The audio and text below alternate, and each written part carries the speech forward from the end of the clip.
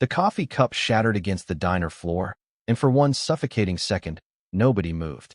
Sergeant Maria Lopez stood frozen behind the counter, her apron stained, her hands trembling, not from fear, but from the cruel laughter rippling through the booth of men who'd just knocked it from her grip. "Careful, soldier girl," one sneered. "Maybe stick to something you're actually good at." She forced a smile. She always did.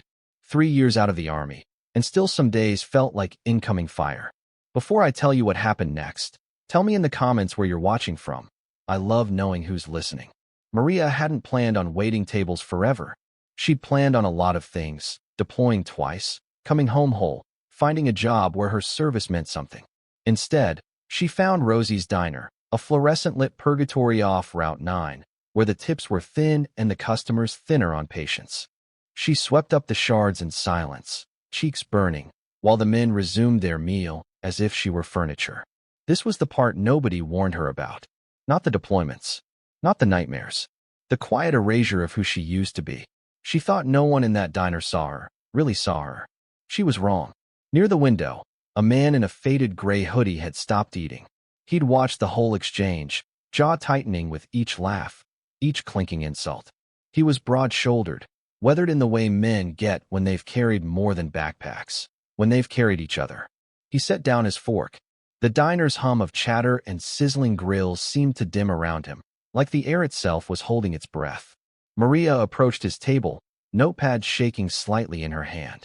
"Sorry about that," she murmured, not meeting his eyes. "What can I get you?" He didn't answer right away. Instead, he stood, slowly, deliberately, the kind of movement that makes a room go still without a single word spoken.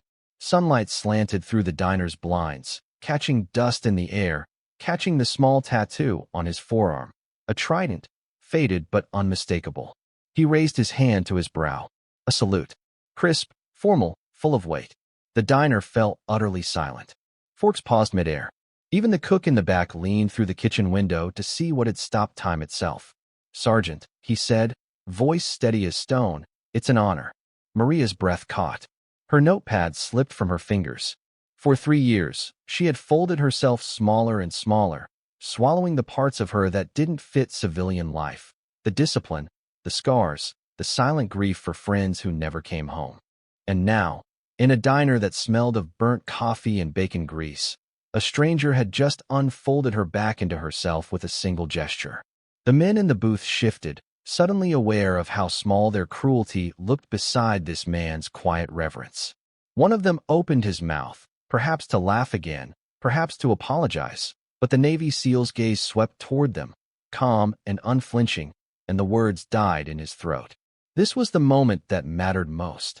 Not the medals, not the rank, but the choice every person in that room now faced: stay silent or stand up.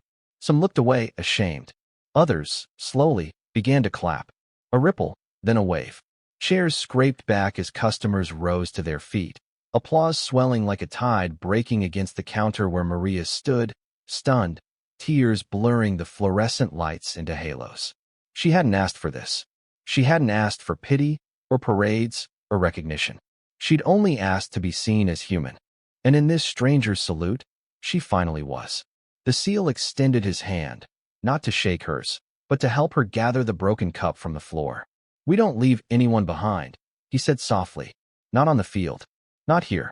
Because kindness doesn't vanish. It waits, and it finds its way back, sometimes in the most ordinary diners, on the most ordinary days, delivered by the most extraordinary strangers."